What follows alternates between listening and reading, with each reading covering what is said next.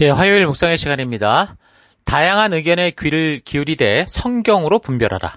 다양한 의견에 귀를 기울이되 성경으로 분별하라. 이런 제목으로 오늘 묵상을 시작하겠습니다. 계시록에 대한 해석은 각 교단마다 종말론을 해석하는 안목들이 다 다르고 또 같은 교단에서 신학을 해도 목사님들의 믿음에 따라 다 이 종말론들을 다양하게 해석하는 그런 것이 있다라는 걸 우리가 살폈습니다. 그러니까 무엇보다 한국 기독교 안에서 우리가 자라났다면 우리나라에 이제 복음을 처음 전해준 선교사들이 그 당시 이제 1900년 초 미국에서 이제 무디나 스코필드 같은 이런 세대주의 신학 사상을 가진 사람들에게 큰 영향을 받았던 그런 선교사들이었기 때문에 우리나라의 신앙의 기초, 특히 이제 종말론을 바라보는 기초가 대부분 세대주의적 관점으로 되어 있다라는 것을 기억해야 됩니다. 다시 말해서 한국 교회에서 말씀을 듣고 자라난 대부분의 성도는 자기도 모르는 사이에 세대주의적인 관점에서 이 종말론을 바라보는 그런 개념들이 무의식적으로 그냥 잠재해 있을 수 있다라고 보면 돼요. 그래서 우리는 분명하게 요한계시록을 통해 성도들에게 알려주시는 하나님의 뜻을 바르고 온전하게 성경을 통해 분별하고 깨달을 수 있어야 됩니다. 어쩌면 우리가 살피고자 하는 방법은 또 계시록을 살피는 또 한 가지의 방법이 될 수도 있겠지만 그래도 우리는 이 계시록을 통해 이 본문을 통해 직접적으로 우리가 확인해 가면서 하나님께서 말씀하시고자 하는 그 뜻을 성경을 직접 읽고 살펴서 우리가 바르게 분별을 해야 된다는 거죠. 자, 그래서 우리가 계시록을 살피고자 하는 방법은 그동안 들어왔던 여러 학자들의 주장을 근거로 종말론을 살피려 하기보다 우리가 지금까지 성경을 역사적으로 쭉 살펴오면서 하나님의 창조로부터 그 역사의 흐름을 따라 살펴왔듯이 이 요한계시록도 가능한 한 성경을 그대로 이제 우리가 분석해가고 읽어가면서 요한계시록을 적어서 보내야 됐던 그 역사적 상황, 그 근거가 있잖아요. 그걸 바탕으로 이 로마의 극심한 박해 시기에 하나님께서 먼저 나서서 그 두려움에 떠는 백성들에게 보여주시고 말씀하시고자 했던 하나님의 뜻이 무엇인가? 이런 것을 바라보는 각도에서 살펴가려고 합니다. 그러나 요한계시록의 내용이 전부 시간적인 순서를 따라 기록된 것은 아니기 때문에 우리는 이제 이 성경을 이 요한계시록을 더욱 신경을 써서 이렇게 가능하면 이 역사 속에서 하나님이 말씀하시는 이 흐름을 잘 잡을 수 있도록 그렇게 파악해 가야 됩니다.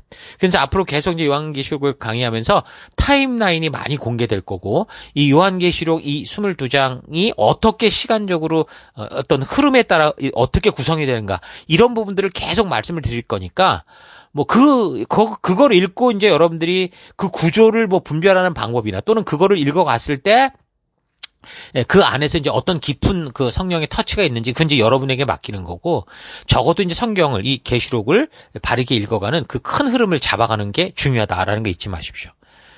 자, 그래도 어쨌든 종말론에 대한 계시록을 이야기를 살피려면 다른 사람들의 견해들도 우리가 좀 어느 정도는 알고 있어야 되죠. 그래서 성경과 비교를 하고 우리가 듣는 것과 우리가 직접 읽고 보는 것과 확인을 해야 되기 때문에 그래서 우리가 이런 살핌 전에 먼저 우리가 반드시 알아야 될 그런 그러니까 해석을 위해 이 요한계시록이 우리가 읽는 것도 읽으면서 알게 되는 것도 있고 이미 사람들이 말한 것도 있으니까 그걸 다 보기 전에 우리가 가져야 되는 어떤 전제, 원리들을 우리가 좀 기억해야 되는 건 첫째, 우리는 이 성경이 말하는 것만 알고자 하는 자세를 가져야 된다.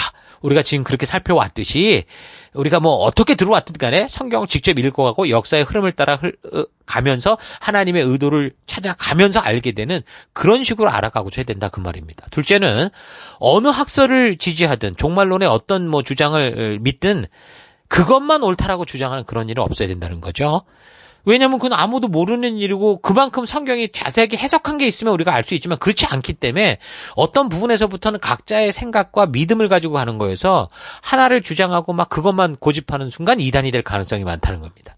자, 셋째는 어떤 신학적 입장도 완전한 해답 없다라는 걸 우리가 이제 이 또한 인정을 해야 되고요. 넷째는 이 천년왕국을 두고 이런 종말론의 문제 때문에 성도들이 이제 저도 이제 여러분에게 이제 요한계시록의 흐름을 쭉 설명해 좀 여러분이 읽으면서 이제 깨닫게 되고 깨닫다 보면 저 사람 말이 좀 더 옳고 이 사람 말 어쩌고 이런 것들을 분별하게 되는데 그러다 보면 당연히 다른 의견을 가질 수 있거든요. 그렇다고 해가지고 우리가 이것 때문에 관계가 깨지고 이래서는 안 된다라는 겁니다. 다섯 번째는 이 천년왕국설이 성경에서 이게 가장 핵심되는 문제는 아니다라는 걸 또 인식을 해야 돼요. 중요하긴 해요. 그러나 이것이 모든 것이라고 볼 수는 없다라는 걸 기억하셔야 됩니다. 그리고 여섯 번째는 특히 이제 나오는 숫자들이 있을 때 이걸 해석할 때 이 숫자를 너무 문자화해서 그대로 막 그거를 풀어가려고 한다던가, 또는 어떤 건 문자적으로 봐야 되는데 그거를 막 상징적으로 풀어버린던가, 이런 식이 좀 없도록 해야 된다라는 겁니다. 예를 들어서 어린 양의 혼인잔치가 7년이다. 이건 성경 어디에도 그런 식으로 얘기한 게 없는데, 세대주의는 이런 것들이 이제 자기들 해석에 의해서 이제 그게 이제 어느 정도 그림이 그려지니까 막 그게 옳다라고 증거하려고 너무 무리하게 뭐 재림을 한다, 뭐 그다음에 지상재림을 한다, 이런 식으로 막 풀어가는, 좀 조심해야 된다 그 말이죠. 자, 일곱 번째는 세 가지 학설, 그러니까 이제 종말론을 살피면 이제 세 가지 이제 크긴 분류가 나오는데, 이 어떤 식으로 설명을 하든 중요한 건 그리스도께서 재림하신다라는 건 확실히 다 똑같다라는 거예요. 이 사실을 기억하셔야 되고, 여덟 번째는 재림 사건에서 가장 중요한 것은 그리스도를 깨닫고 그리스도 중심으로 재림의 사건을 봐야 된다라는 겁니다. 이게 그리스도가 결국 하나님의 약속에 의해 오신 분이고, 사실 신약은 이 오신 예수님께서 이제 어떻게 오실 것이라고 했던 그 예수님의 말씀, 그걸 중심으로 우리가 봐야 된다라는 거죠. 그리고 마지막으로는 본문에 나타난 이 묘사의 세밀한 해석보다는 본문의 큰 흐름을 통해서 우리에게 주어지는 천년왕국의 기능, 왜 천년왕국이 이렇게 또 끝에 있을까라는 어떤 그런 하나님의 의도, 하나님의 뜻을 이해해 갈 때 우리가 그러면 어느 견해든 어느 견해를 내가 이해하고 믿게 되든 간에 뭐 어떤 부분 안에서도 결국은 우리가 어떻게 되는 거예요? 우리 하나님의 그 부르심에 따른 그 예수님의 재림이 반드시 있을 것이고, 그리고 이제 우리는 하나님이 준비하신 그 땅으로 갈 거라고 하는 그런 위로, 평안, 그런 게 우리에게 있을 수 있겠죠. 자, 그래서 이런 것들을 잊지 마시고 우리가 이런 마음으로 계시록을 살펴가면 각자 다른 여러 각도로 생각을 하고 살펴간다고 하더라도, 그러니까 다른 각도에서 보는 다른 사람들의 의견도 그게 너무 이단적으로 가고 그런 것만 아니라고 한다면 충분히 우리가 이 계시록을 온전히 바라볼 수 있는 그런 안목을 가질 수 있고, 또 계시록으로 온전하게 알게 하는, 또 온전히 알리는 그런 하나님의 도구가 될 수도 있을 거라고 봅니다. 자, 우리가 높고 큰 산을 살필 때 한눈으로 모든 것을 볼 수 없기 때문에 각자의 방향에서 바라보고 살핀 정보들이 다 필요하잖아요. 그래서 그런 마음으로 계시록이라는 이 거대한 산을 우리가 각자 다른 눈으로 이렇게 보고 있구나라는, 그래서 결국엔 이 종합된 의견들이 종합될 때 전체가 바르게 볼 수 있는 그런 눈이 생길 거다라는 그런 생각을 가지고 우리가 좀 잘 분별해 갔으면 좋겠습니다. 자, 그래서 이런 전제들을 잊지 마시고 천년왕국설부터 이제 살펴보면, 천년왕국설이라는 말은 그 계시록 20장에 나오는 말을 근거로 하거든요.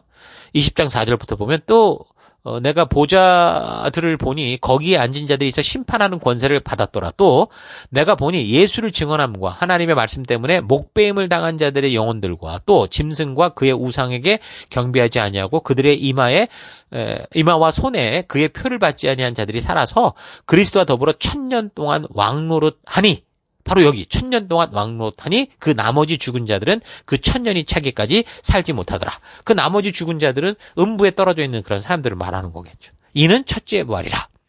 그러니까 계시록 20장에 이 1000년을 상징적으로 해석하느냐, 문자적으로 미래에 관련된 어떤 그런 사건으로 해석하느냐, 이제 이거에 따라서 이제 크게 다르게 보는 그런 안목들이 생기는 거죠.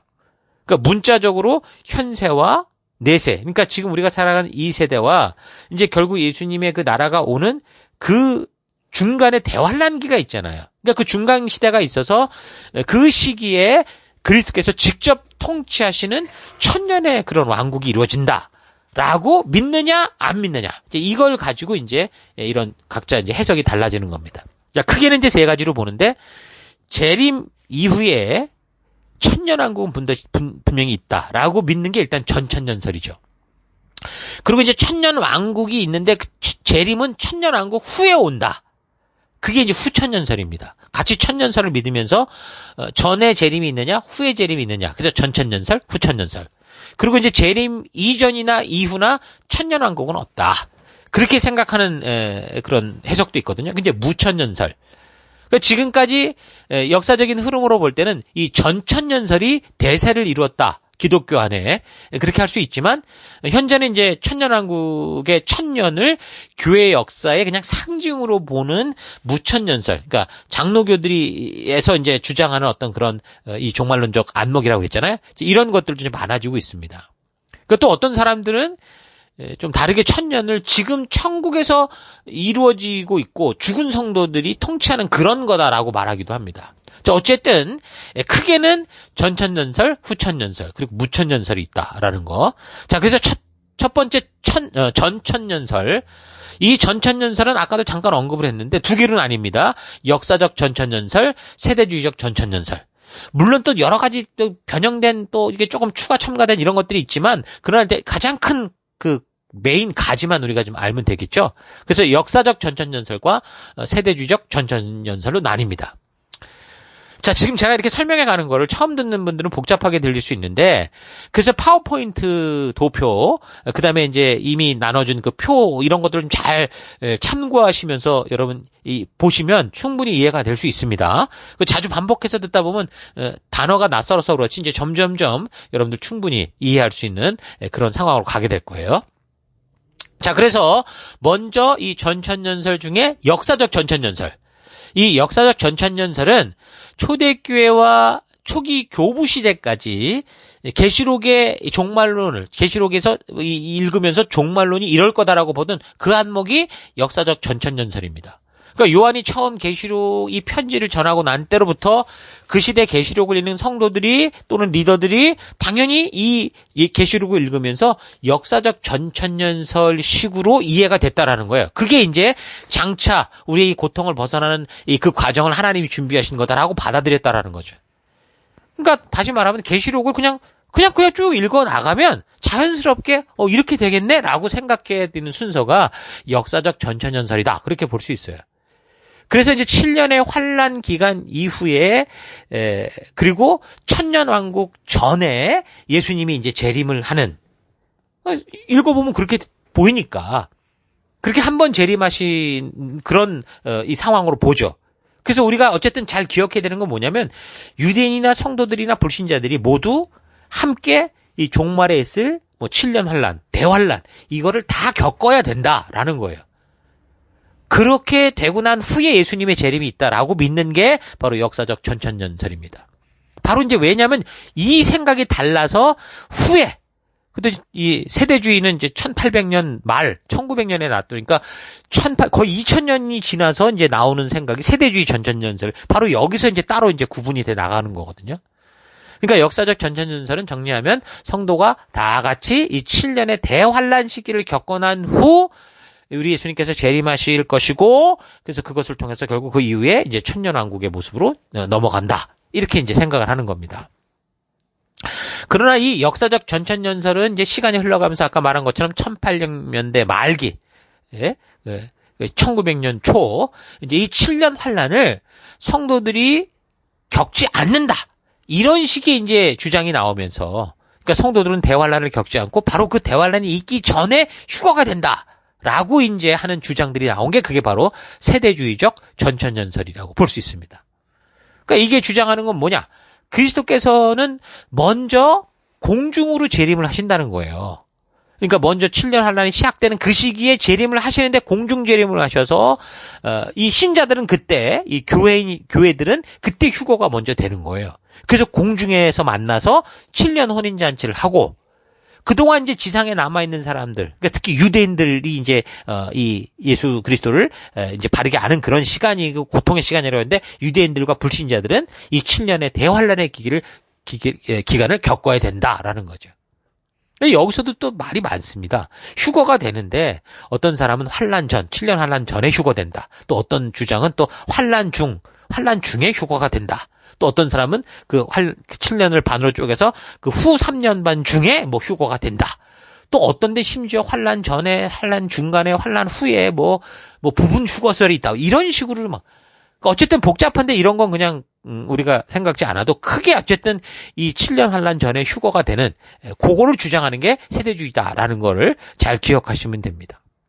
그러니까 역사적 전천년설은 7년 환란을 겪고 난 후에 예수님의 재림이 온다라는 거고, 세대주의적 전천년설은 성도들은 이 7년 환란을 겪지 않고 먼저 휴거가 된다. 그래서 공중에 재림하시는 예수님과 함께 만나게 된다. 이렇게 주장을 하게 되는 겁니다. 그래서 이 부분은 뭐 어느 의견이 더 성경적인지 여러분들이 이제 성경을 이제 본문을 직접 읽고 살펴가면서 분명히 알게 될 겁니다. 뭐 어찌됐든 이 7년 환란의 기간을 통해서 그동안 예수님을 인정하지 않던 유대인들이 이제 대규모로 이제 회개를 하고 돌아오게 되고, 그래서 이제 비로소 이 교회 시대가 끝나고 이제 다시 이제 유대 왕국, 다윗의 왕국이 세워지는, 유대인의 나라가 온전히 서게 되는 그런 식으로 얘기를 하죠. 그래서 대환란의 시기가 끝나면 예수님은 성도들과 함께 지상으로 재림하셔서, 그 두 번째 재림이죠. 공중 재림 한 번, 지상 재림 한 번.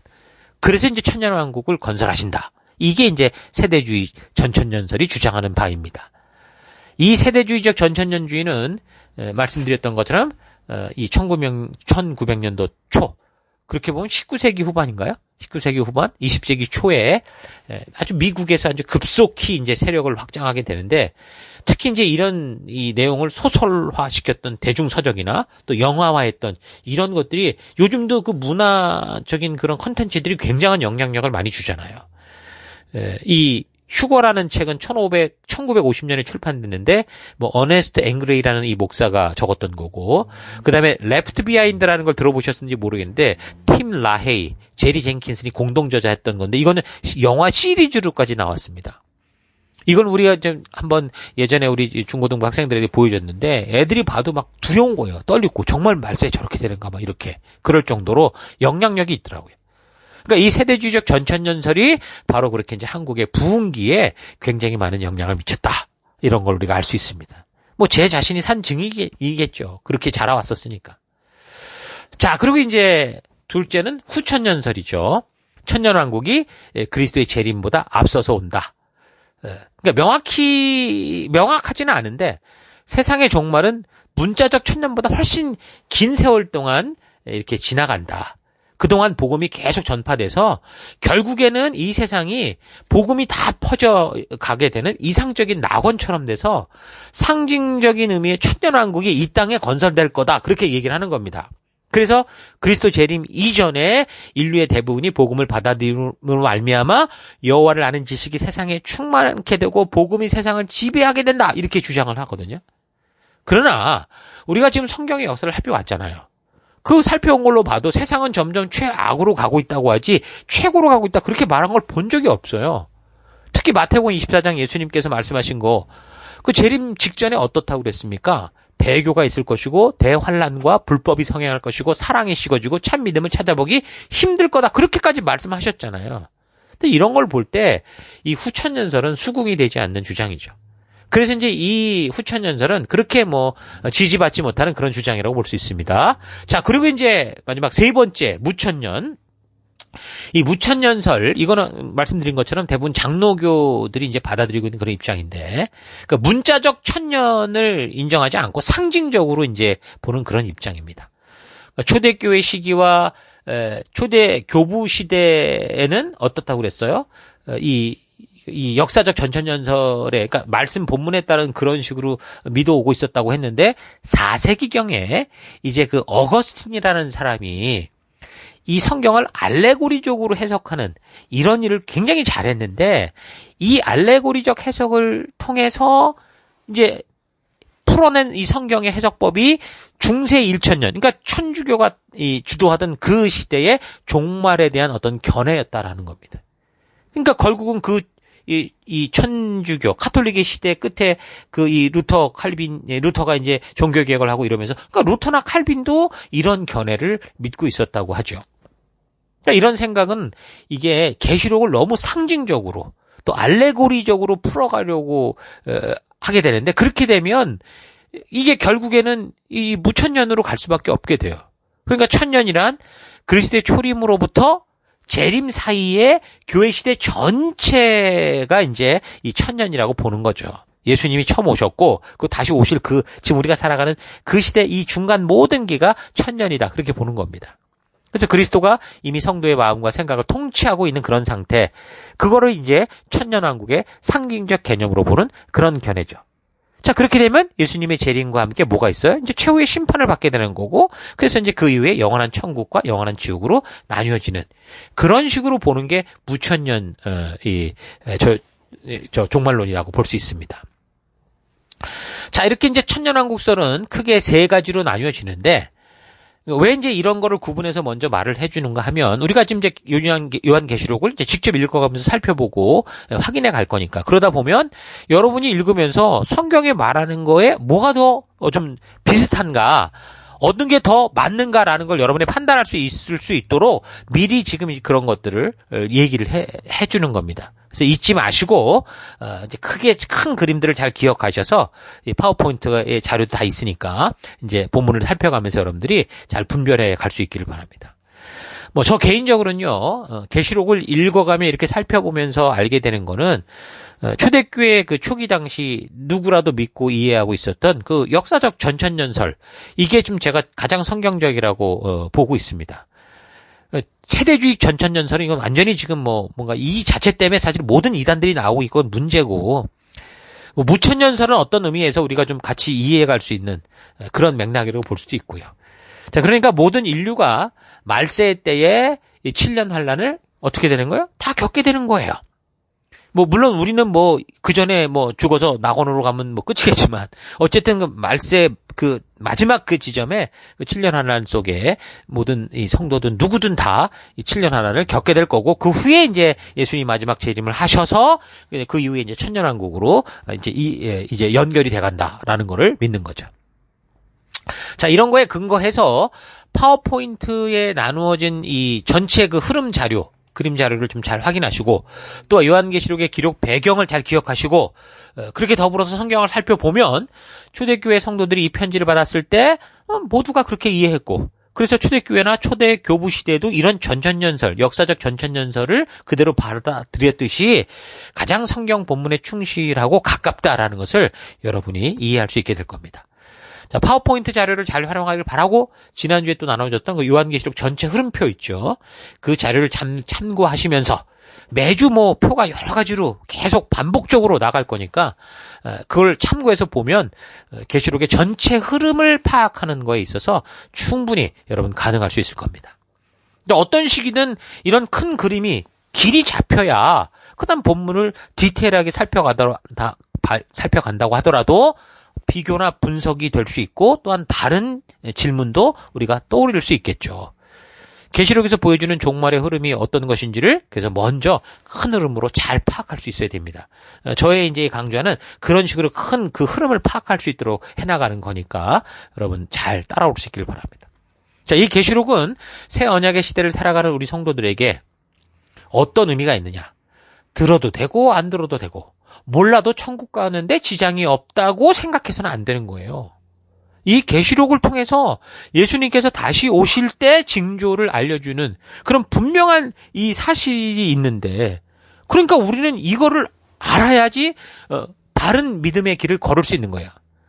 반드시 바르고 온전한 시각으로 이 요한계시록을 알아야 되는 성도들에겐 반드시 알아야 되는 너무 중요한 말씀이다라는 거 여러분 잊지 마셔야 됩니다.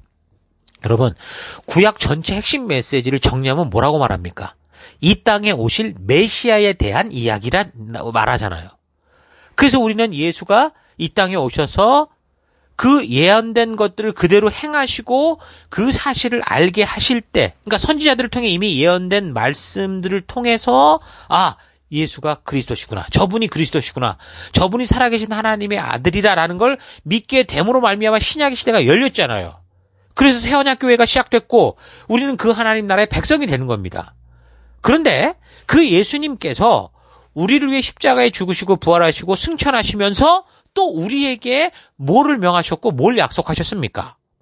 바로 그 너무도 중요한 명령과 주신 사명의 이야기가 지금 신약의 역사 이야기고, 신약 성경의 이야기고, 무엇보다 더 중요한 이 새 언약의 완성은 뭡니까?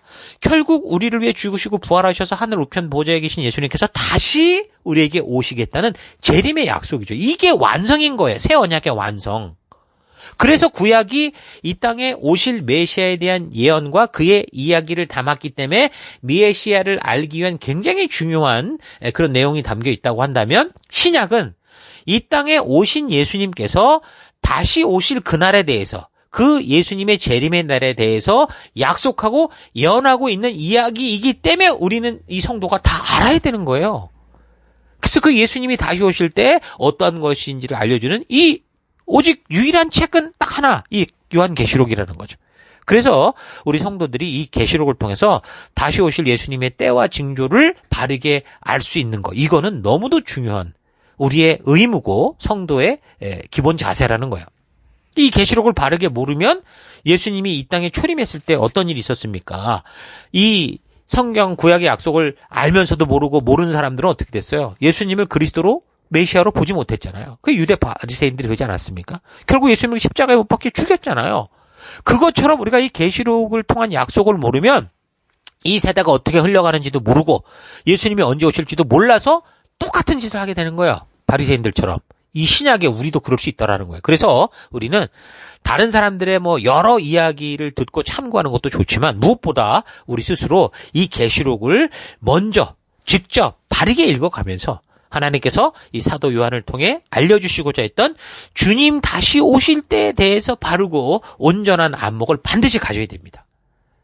이 사실은 알아도 되고 그렇지 않아도 되는 그런 문제가 아니에요. 우리 예수님의 재림을 소망하고 이 땅에서 나그네 된 삶을 살아가야 되는 우리 성도들에게는 절대로 포기해서는 안 될, 우리가 반드시 알아야 될, 온전하게 알아야 될 너무도 중요한 새 언약의 핵심이다라는 사실을 잊지 마시기 바랍니다. 또한 계시록을 통해 예수님의 재림의 때를 바르게 분별한 안목을 가지고 우리가 또 보냄을 받고 살아가는 우리의 삶의 각자 터에서 이 사실을 알리는 것, 그게 바로 증인된 삶인 거예요. 부지런히 전하고 특히 우리의 다음 세대들, 우리의 자녀들, 이 세대들에게 반드시 바르고 온전하게 이걸 알려서 주님이 언젠가 다시 올지 모르지만 우리의 후손의 후손들이 언젠가 그날을 맞이할 때 정말 주님 어서 오시옵소서라고 말할 수 있는 그런 믿음의 백성으로 세워가야 되는 거. 여러분 절대 잊지 마시기 바랍니다. 자, 오늘 하루 나는 어떻게 종말론을 바라보고 이해해 왔는지 좀 되돌아보길 바랍니다. 우리가 특별히 어떤 안목을 가지려고 추구하지는 않았겠지만 우리가 교회를 다닌 배경에 따라 우리 안에 성경과 종말을 보는 어떤 안목들이 생겨났을 겁니다. 특히 종말에 관련해서 조금 관심을 가졌었다면 그 처음 관심을 가졌을 때 들었던 설교, 읽었던 책들이 많은 영향력을 미쳐서 그 설교나 책이 말해주는 식으로 이해하고 있을 겁니다. 이제 성경을 보면서 잘 보십시오. 이게 무슨 세대주의 종말론도 섞여 있고, 이것도 좀 있고 같고, 저것도 있고 같고, 우리의 종말론이 굉장히 복잡해져 있는 걸 아마 알게 될 겁니다. 그래서 종말에 관한 어떤 식으로, 이제 내가 이해했든 간에, 그것이 성경에 말해주고자 하는 하나님의 뜻을 희석하거나 왜곡해서 결국 나를 진리로 이끌지 못하고, 결국 나를 안심시키는 정도의 믿음을 가지고 있다면 그건 잘못된 거예요. 내가 알고 있는 종말론이 봤더니 여기저기 짜집기해서 내가 좋은 것만 갖고 있더라. 이거 잘못된 거라는 거죠. 비록 나를 불편하게 하고 두렵게 만든다고 해도 이 성경을 통해 하나님께서 말씀하시고자 하는 진리, 하나님의 그 뜻을 바르게 하는 게 너무 중요합니다. 종말론에 대한 무수한 많은 책들, 그런 해석들이 있습니다. 각자의 깨달음을 따라 말하고 있고 성경의 근거를 가지고 또 말하고 있기 때문에 그것이 비록 잘못된 해석을 하고 있다고 해도 사람이 그런 말에 귀를 기울이면 나름대로의 논리, 그 사람의 논리를 따라 이해가 가고 믿어지기도 할 겁니다. 우리는 늘 강단이나 다른 집회를 통해 목사님들의 설교에 귀를 기울여오고 들어오면서 바로 이렇게 목사님들이 믿는 바의 근거에서 이야기한, 설교한 그런 말씀에 설득되어 있는 그게 우리라는 걸 잘 분별해야 돼요. 또한 우리나라의 이 복음을 처음 전해준 선교사들이 그 당시 미국에서 무디나 스코필드와 같은 세대주의 신학 사상을 가진 사람들에게 영향을 받은 선교사들이었기 때문에 우리나라의 신앙의 기초, 특히 종말론을 바라보는 기초가 대부분 세대주의적 관점에 영향을 받고 있었다. 나도 이미 그렇게 영향을 받고 있을 것이다 라는 걸 기억해야 됩니다. 그래서 우리는 지금 개혁주의의 신앙을 하고 있다라고 해도 이 1900년 초에 강한 영향력을 미치며 불과 100여 년 만에 이 개혁 신학과 견줄 만한 신학으로 성장한 세대주의 신학의 영향이 많이 섞여 있을 수 있습니다. 특히 우리나라 기독교의 경우 개혁 신학보다 세대주의 신학의 영향을 먼저 받았다고 할 수 있죠. 순서를 보면 그렇잖아요. 개혁신학이 먼저인 세계 역사를 보면 먼저인데 우리나라에 들어온 건 세대주의 신학이 먼저 들어왔잖아요. 그렇기 때문에 현재에도 개혁주의 신앙을 한다고 하면서도 근본 자체가 종말론의 세대주의적인 종말론을 가지고 있어서 이게 참 분별하고 해석이 어려운 경우가 많습니다. 자, 그래서 우리에게 중요한 것은 다른 사람의 의견에 귀를 기울여야 되지만 결국 계시록을 스스로 성경의 역사의 흐름과 연결해서 읽고 묵상해서 하나님의 뜻을 바르게 알아야 됩니다. 우리가 지금까지 어떻게 종말에 대해 교육이 되었든 여러 가지 해석들을 다양하게 듣고 다각도로 살펴보되 결국에는 성령의 도우심을 따라 성경의 사실을 통해 말씀에 근거한 바른 믿음을 가져야 됩니다.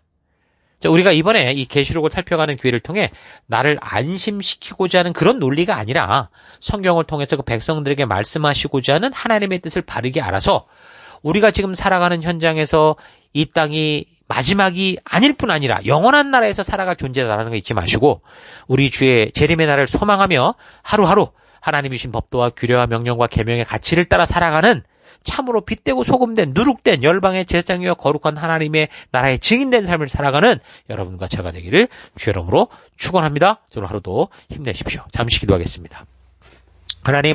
하나님은 당신의 백성들에게 하나님의 진심을 알게 하셔서 쉽고 편안한 길이 아니라 바른 생명의 길을 걷게 하시는데 나는 여전히 하나님의 힘을 통해 쉽고 빠른 길, 늘 예외를 인정받고자 하는 그런 길을 추구한 것을 회개합니다. 말세에 대한 주님의 음성을 바르게 듣고자 성경을 읽고 공부하며 깨닫게 된 자신들의 생각과 의견들이 너무도 많은 이 시대에 보다 더 바르게 성경과 역사를 통해 하나님께서 말씀하시는 뜻, 하나님의 그 진실한 의도를 바르게 만날 수 있도록 인도하여 주옵소서. 성실하고 부지런히 성경의 근거를 통해 우리 주님의 뜻을 찾고 만남으로 여러 사람들의 다양한 의견들에 귀를 기울인다고 해도 결국 진리의 성령 하나님께서 인도하시고 이끌어주시는 그런 놀라운 은혜를 만나는 결국 하나님의 인도를 만나는 내가 되기 원합니다. 오늘도 그 길로 나를 인도하여 주옵소서. 하나님, 많은 의견들의 귀를 열되 그러나 모든 것들을 말씀으로 분별할 수 있는 그런 결단과 그런 준비를 가지고 살아가는 내가 되길 원합니다. 오늘도 보내받은 내 삶의 터에서 그런 주님의 재림을 소망하고 말씀의 길을 따라 걷는 내가 되기를 간절히 바라옵고 예수님 이름으로 기도했습니다. 아멘.